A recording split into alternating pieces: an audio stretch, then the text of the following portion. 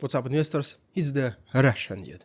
Today, let's talk about the complex and often controversial parallels drawn between historical military campaigns and the modern warfare. Specifically, we will focus on how Russian officials frequently rationalize the ongoing conflict in Ukraine by referencing past wars, suggesting that Russia is merely continuing its historical role of pushing and protecting its boundaries. There was always an external threat in the eyes of the rulers of Russia, and most of the time they had to advance to new lands in order to protect the existing ones. Similarly to invading Ukraine, which basically means in order to prevent NATO from expanding to the east, we have to invade the country of Ukraine. Which Putin ultimately failed, since couple new countries, most notably Finland, joined the alliance. But as you can see, it still has not stopped Putin from continuing his war crimes. One key difference with the past conflicts, however, is that there was a clear and most importantly obtainable objective in sight: capturing this specific territory, eliminating this particular commander, ruler or heir to the throne, or saving this particular person, or a princess or a queen. In Putin's invasion of Ukraine there is no clear objective. What does truly not letting NATO expand means? What does removing Ukrainians' regime from power means? And most ridiculous, what does denazification means? You can't kill an idea if this is what Putin thinks Ukrainians are. Even if he is right, the more Ukrainians he eliminates, the more radicalized the rest becomes. So there is no end goal of denazification in sight. No, all of this does not make sense. This is exactly why modern wars are pretty much unwinnable, and looks like Putin knows it as well. The only way he can end it if the one side gives up and either surrenders or retreats. But political leaders are men with big egos. They don't give up that easy, and they almost never acknowledge their own mistakes. That's why they found the so-called perfect solution. Instead of trying to win the unwinnable war, try to justify it for your people, extending the conflict beyond any reasonable timelines. People get tired of it? Well, just freeze it.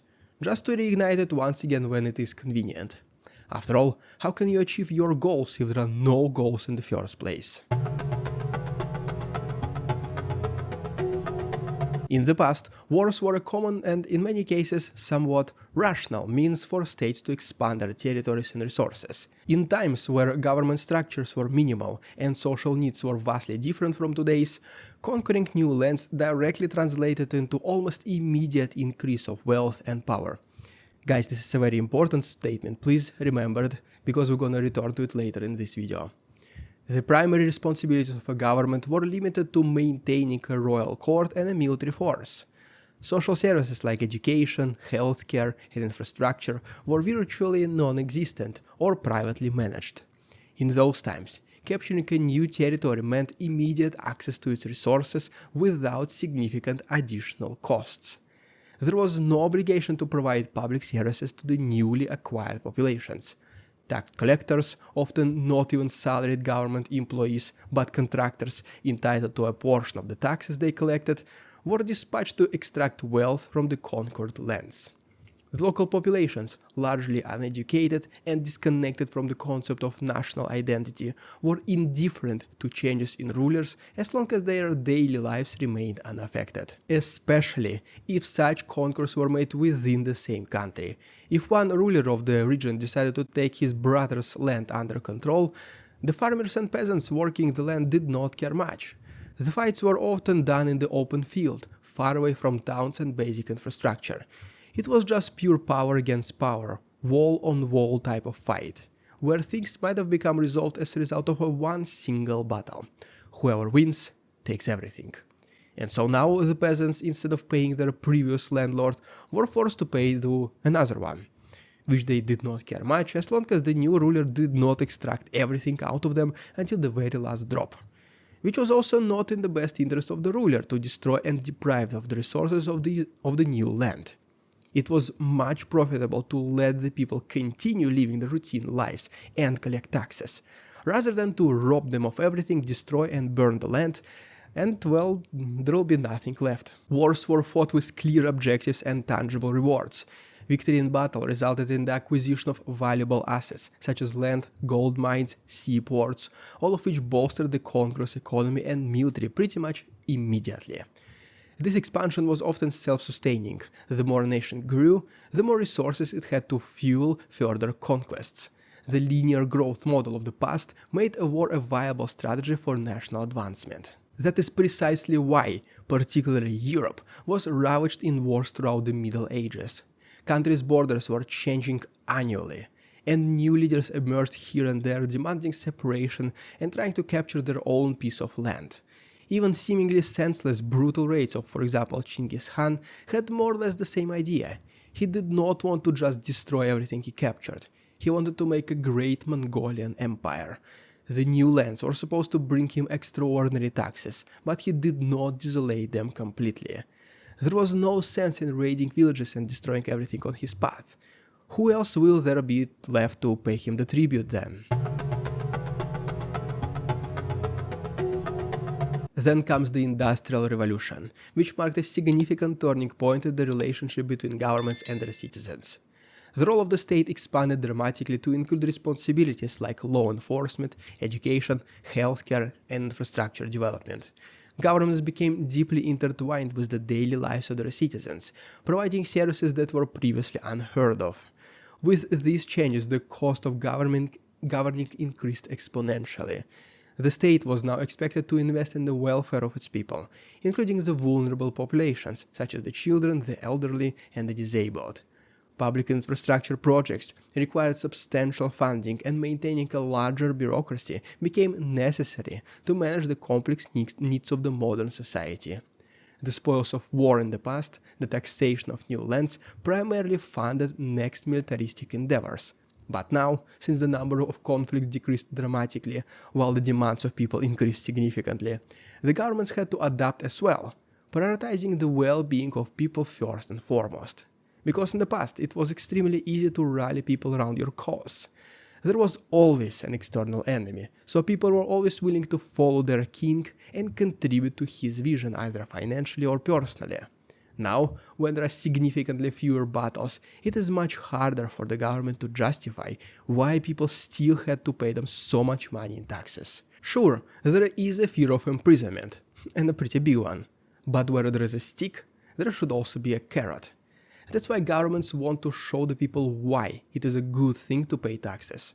In return, you get good roads, the education and healthcare, not in all countries, but still.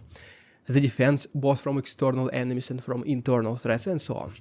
The latter is especially important. In the past, people were living from week to week, almost on the edge daily, not knowing when and if they will be invaded. There was no internet, no TV, no radio, so one day you just work on your land, and the next day an army approaches you, and well, now you're under somebody else's control. And today, a big portion of taxes goes towards above-mentioned defense. So people don't have to worry much about such threats and just focus on their everyday lives and also plan for the future.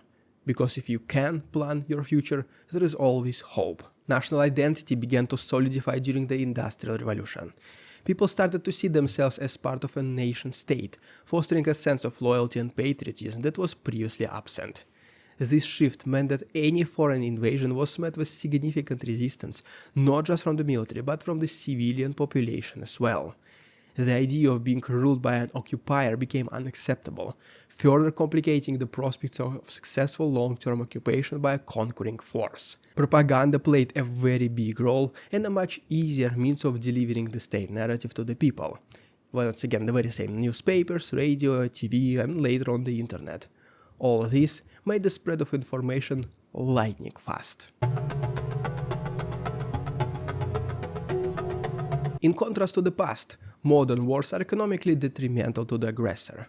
The immediate costs of warfare have skyrocketed due to advanced technology and the scale of military operations. You come up with armored vehicles, while your enemy develops anti-tank missiles. So now you have to develop better armor technology. Just so in return, the enemy develops, ballistic missiles. Your next step is to come up with the air defense. The enemy responds with radars and electronic warfare systems, and so on. Military budget is one of the big, never-ending pits of money, and countries, especially with stubborn rulers like Putin, have to constantly increase the spending just to continue portraying the facade and the illusion of power. And obviously military strength. More importantly, any territory captured comes with substantial financial burdens. The conquering nation is now responsible for rebuilding destroyed infrastructure, providing public services, and integrating the local economy with its own, because the destruction caused by modern warfare is obviously immense. Cities are reduced to rubble, industries are destroyed, and the population is displaced or even decimated. In the past, once again, some, if not most of the fights were done in the open fields. Sieges were only usually the final steps of any given war. If you take the castle and capture its ruler, the war usually ends. What about now? Well, think about cities like Bakhmut, Avdiivka, Marinka, Vuhledar or Mariupol. The cities which were built for centuries are destroyed until there is not a single stone left standing in a matter of months. The modern weapons are so powerful, the entire constructions fall apart like a house of cards. And this is the cost of a modern combat. You can barely scare the enemy if you just fight with pistols and rifles.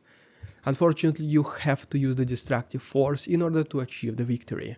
That's why when cities are liberated, there is literally nothing left. No buildings, no roads, no infrastructure, no public transport, no electricity, no water, and obviously no people.